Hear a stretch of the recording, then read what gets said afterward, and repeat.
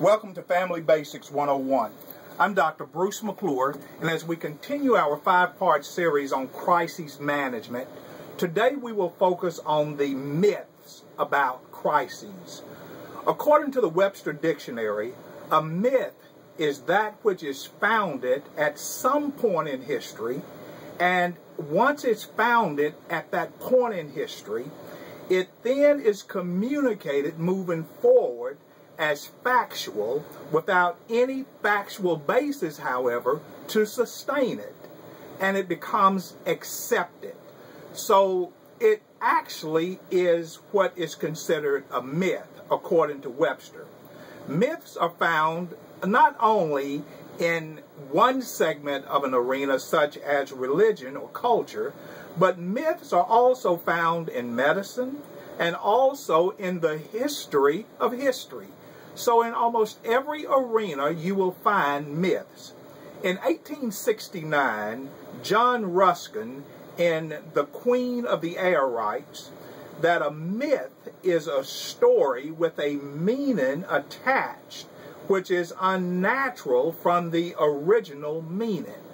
So the myth is something that comes up later, and it is attached with an unnatural twist, an unnatural addition to the story's original meaning. Now, what does that have to do with crises and myths about crises? There are at least 3 myths that are spread in terms of how people are to handle a major crisis in their life. Let me talk first about the replacement of your crisis and the myth that goes along with that. Some people say you are to replace your crisis with something else as soon as the crisis presents itself.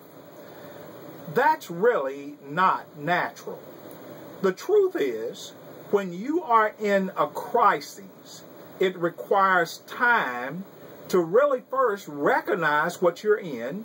It takes time to also realize the magnitude of what you're faced with.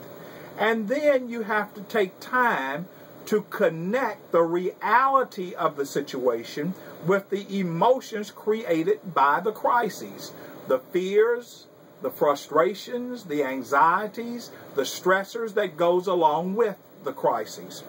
Denying the impact of a crisis will simply prolong an unhealthy movement out of the crises.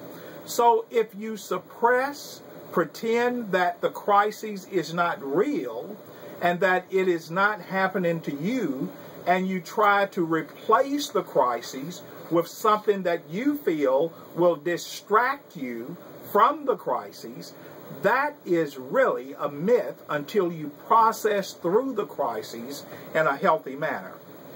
Here's a second myth regarding a crisis. You can best deal with your crises all by yourself. That's actually a myth.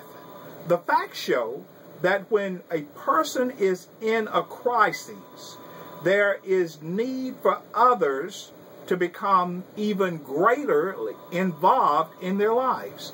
Now, let me give you a caution about the involvement of others in your life when you are in the midst of a crisis.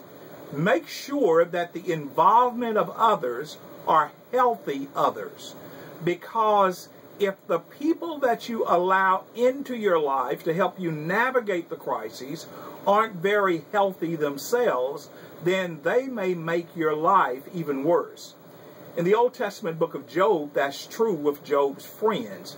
He's in the midst of a crisis, and yet his friends, who really did not understand what Job was in, kept trying to make life better, but in essence, they were really making it worse. Becoming secluded and figuring it out all by yourself typically becomes clouded by a lack of energy and an inability to process the much broader picture, which is also impacted by the crises.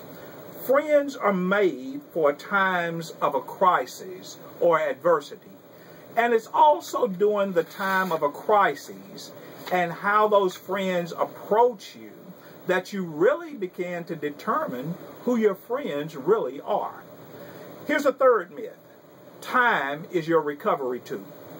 The truth is, beyond the truth regarding time, there is no one that can tell you how much time or how little time will be necessary to move through the crises.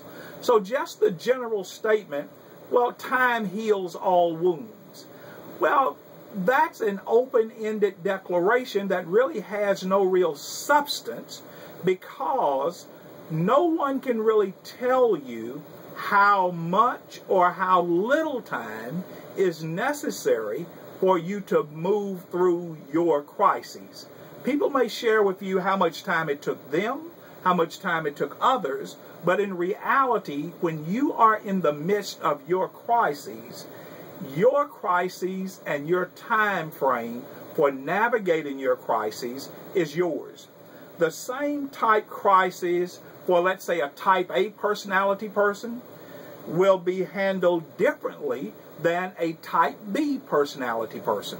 A type A personality person has to have all of their I's dotted and all of their T's crossed, and they just rapidly move and rapidly go, and it's going to take them a different time window than it would a type B person who's a little bit more laid back, a little more tranquil to move through a crisis. When you look at the book of Mark, chapter 4, beginning at verse number 35 and concluding at verse number 41, crises will disrupt normal life, especially if you do not understand how to move through the crises and you try to navigate it based on the myths of others. And the same day when the evening was come, he said unto them, Jesus meaning, let us pass over unto the other side. And when they had sent away the multitude, they took him even as he was in the ship. And there were also with him other smaller ships. And there arose a great storm of wind, and the waves beat into the ship, so that it was now full of water. Here's the crisis.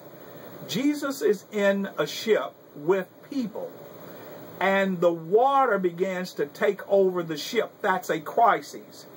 And Jesus was in the hinder part of the ship, asleep on a pillow. And they awake him and said, Master, carest thou not that we perish? So you've got a crisis. People are handling it one way. Jesus is handling it another.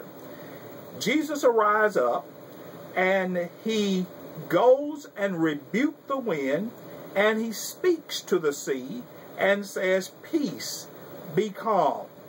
And the wind did cease, and there was a great calm. And he said unto them, Why are you so fearful? See, the myth of handling the crisis by yourself is thrown out the window, because these men could not navigate that crisis. The myth that time and their experience would navigate the crisis goes out the window. These are seasoned fishermen. And when this storm erupts, and they had been in many storms, they did not have the fix for how to get their ship safely through this storm. And he said unto them, Why are you fearful?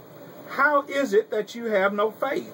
And they feared exceedingly, and said one to the other, What manner of man is this, that even the wind and the sea obey him? In the midst of a crisis, reality has to take precedence. And sometimes it takes someone helping you to really grasp hold of fact rather than the myths. I'll see you back in class again tomorrow. Don't be late, and don't skip class.